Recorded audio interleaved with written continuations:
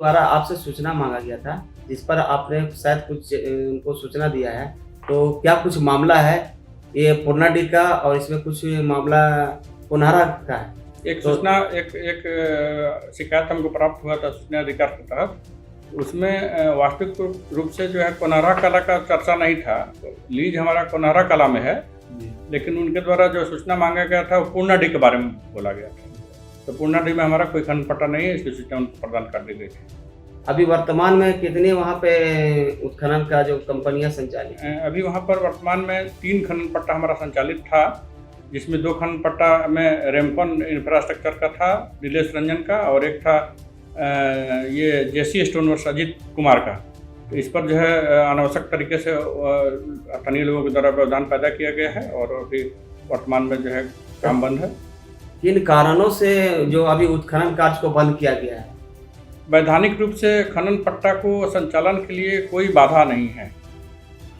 तो ताज अंसारी ने जो आपसे सूचना मांगा था, क्या उस एरिया में संचालित किया गया है कुछ उत्खनन कंपनियों के द्वारा? नहीं, सूचना मांगे गए स्थल पर नहीं है। यद्यपि कि कोनहरा कला में 2 लीज अभी वर्तमान में चल रहा है, 3 लीज चल रहा है अभी स्वीकृत है, और 2 लीज और जो है LOI स्वीकृत है। मैंने कुल 5 खनन पट्टा अभी आने वाले दिन में संचालित होंगे, 3 छोड़ करके 3 और उसके अतिरिक्त 2 खनन पट्टा।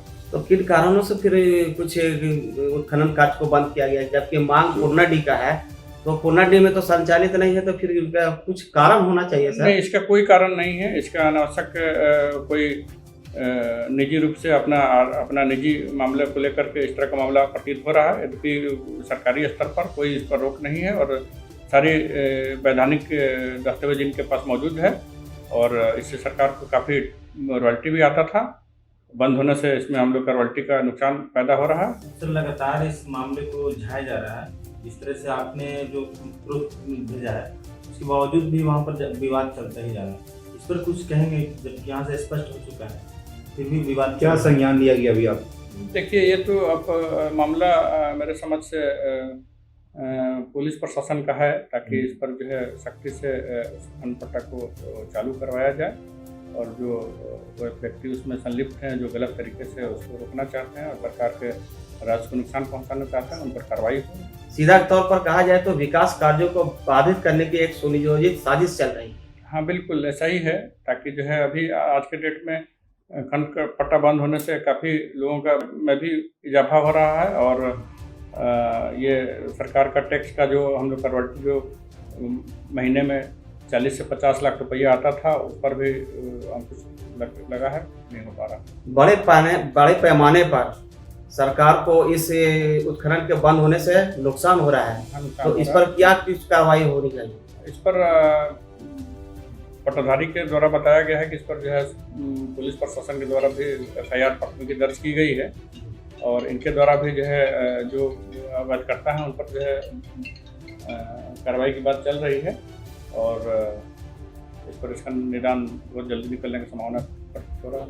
गांव को जो लोग उसको विरोध करे, सर आपके माध्यम से क्या कुछ कहना चाहेंगे? ये तो गलत है। विरोध, कोई भी सरकारी काम को बाधा डालना, वो तो सरकार विरोधी और कानून विधि सम्मत तरीके से वो गलत है, और उन पर कार्रवाई होनी चाहिए। जो नियम संगत कार्रवाई है वो। ताज अंसारी के द्वारा जो कदम उठाया गया है इस तरह से काम को, उत्खनन को रोकने का, तो इस पर ये असंवैधानिक तौर पर आप लोग क्या कार्रवाई करेंगे? हाँ, इस पर अब हम लोग के संज्ञान में आया है, और जो पट्टाधारी हैं व्यक्तिगत तौर पर इनके द्वारा भी जो है FIR दर्ज किया गया है। तो FIR दर्ज होने के बाद से उस व्यक्ति के विरुद्ध जो नियम संगत कार्रवाई होती है, कानून की प्रक्रिया के तहत कार्रवाई होगी। तो ग्रामीणों का कहना है कि खनन से ग्रामीणों में काफी नुकसान होता है, इसके बारे में क्या? नहीं, ऐसा कुछ नहीं है। बिना खनन पट्टा लेने के लिए उनको पर्यावरणीय सहमति प्राप्त करनी होती है, कॉन्सेंट टू ऑपरेट प्रदूषण विभाग से प्राप्त होना होता है, माइनिंग प्लान बनता है, DGMS से सर्टिफिकेट लेने पड़ते हैं। इसलिए ये सारा डिपार्टमेंट से उनको क्लियरेंस प्राप्त होने के बाद ही खनन पट्टा जो है उनको स्वीकृत होता है। तो लोगों का आरोप है सर कि वहाँ पर जो बिल्डिंगें या फिर घर है वो दायरे आती है, तो क्या लगता है आपके हिसाब से? नहीं, तो आरोप बिल्कुल गलत झूठा आरोप है। ये तो प्रोपेगेंडा है, इसके लिए इसमें कोई सच्चाई प्रतीत नहीं हो रहा है।